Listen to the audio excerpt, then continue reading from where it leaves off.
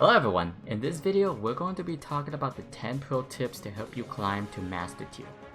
Some of these tips are very simple and intuitive, and some are more advanced and requires experience. So without further ado, let's get started here. For tip number 1, you should upgrade your health items before you play rank because it helps a lot in the early game.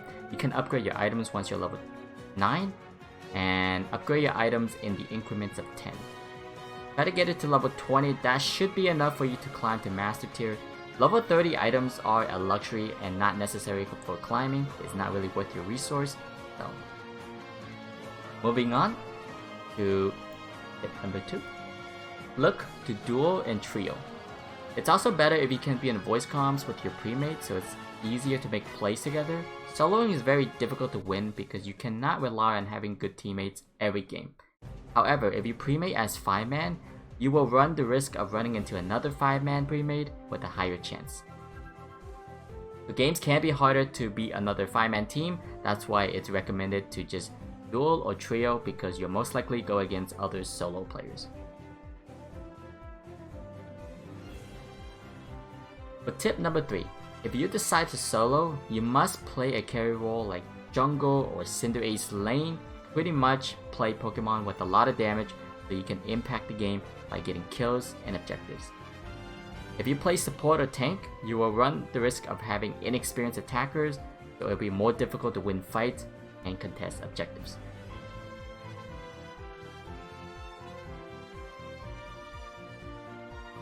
For tip number 4, spawn timers are very important for decision making and rotations. I'll put the spawn timers on the screen so you guys can take a minute to memorize them. In general, the crab is 9 minutes and the bees are 850. Dreadnought and Rotom spawns at 7 minutes. Zapdos spawns at 2 minutes. These timers are consistent each game, so it won't change. Crab spawning at 9 minutes means you have 10 seconds to do them before the bee spawns at 850, so you can rotate to the bees. If you're late, however, the enemy might have taken the bees, or you might have to skip the crab to contest the bees, which will take more time later for you to clear the crab. So after your initial camps, you have to watch out for the 7-minute mark for Dreadnought spawn, so you can be there for the fight. Then the 2-minute timer is really important because you'll know to save your ultimate or your Unite move around 3 minutes awaiting Zapdos spawn. You have a higher chance to win the fight if your whole team has their ultimate and the enemy doesn't.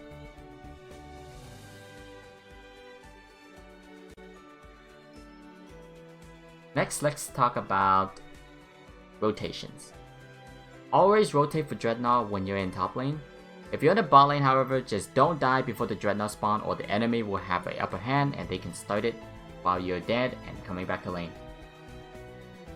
Dreadnought is the best objective early due to the experience it gives the whole entire team, allowing you to snowball faster. So don't sit in the jungle and top lane to farm because the experience from Dreadnought is just too good. It gives it to the whole entire team and you will snowball just extremely fast the moment you get it.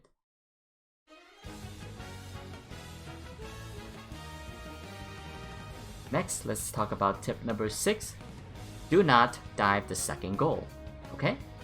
The respawn timer is too short, so you can never score before they spawn. It is very unlikely that you kill all 5 enemies at the same time, otherwise they'll just come back one by one indefinitely and you'll never have a chance to score.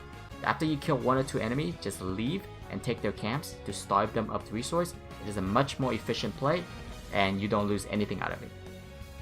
If you die while diving the second goal, the enemy will get experience from killing you and be able to farm their camps and get stronger while you're dead. Worst case scenario, they get Dreadnought or Zapdos and you'll end up losing the game. It is a very bad habit that will cost you many games, so just don't do it at all.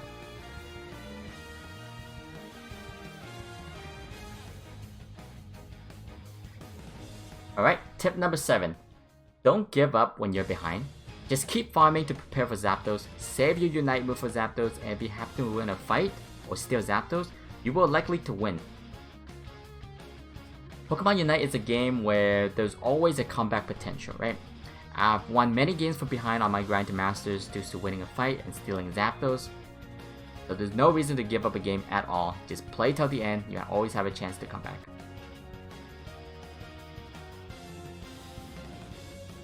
So for tip number 8, when you're winning by the 2-minute mark, you must keep your lead by looking to defend and take away camps from the enemy. Do not force Zapdos or die tower diving, or you will give the enemy a chance to steal and come back. I've lost a good amount of games because my teammates randomly slide Zapdos when the enemies are around and the enemy somehow stole it and we end up losing by 50 to 100 points. It's very disheartening, don't let it happen to you. Just don't do Zapdos when you're ahead. The enemy must do it if they want to win, which means they will be desperate and they will make more mistakes. Tip number 9. Don't play reactively, meaning you should not rush to defend a goal if you're on the opposite side of the map. Right? If you're close by, then yes, by all means, help defend it. Because by the time you try to defend it from far away, the enemy already scored and you're wasting your time walking there instead of farming or looking for scores yourself. Finally, tip number 10. Always be proactive with rotations and play. Never stay still when you see objectives spawning like Zapdos or Dreadnought. When there are no neutrals objective up, yes, farm all you can until the objective spawn, because then you'll be much stronger to contest for it. Nothing is worse than just sitting still and doing nothing. If you're sitting on top of your goal and just sitting there hoping to defend, you're doing nothing. Just look to farm or look for rotations. If there's a fight happening in the river, Pokemon Unite is a team game, not a single person can solo carry a game. So if you're unwilling to play with your team and all you do is sit in your lane and just farm and not rotating for any of the big objectives, you will undoubtedly lose majority of your games and you'll pick up many bad habits along the way. Alright, that will be the end of the video. Hopefully these tips will help your experience in ranked games. It's something I've lived by. I follow all my tips and I've implemented them throughout practically all my games. It's been helping me a lot in my Smurf climb as well. My Smurf is now veteran. It's gonna be Masters soon if I just keep playing. Other than that,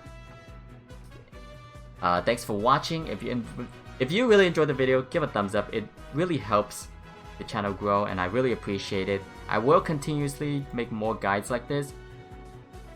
So stick around and we'll see what the future holds.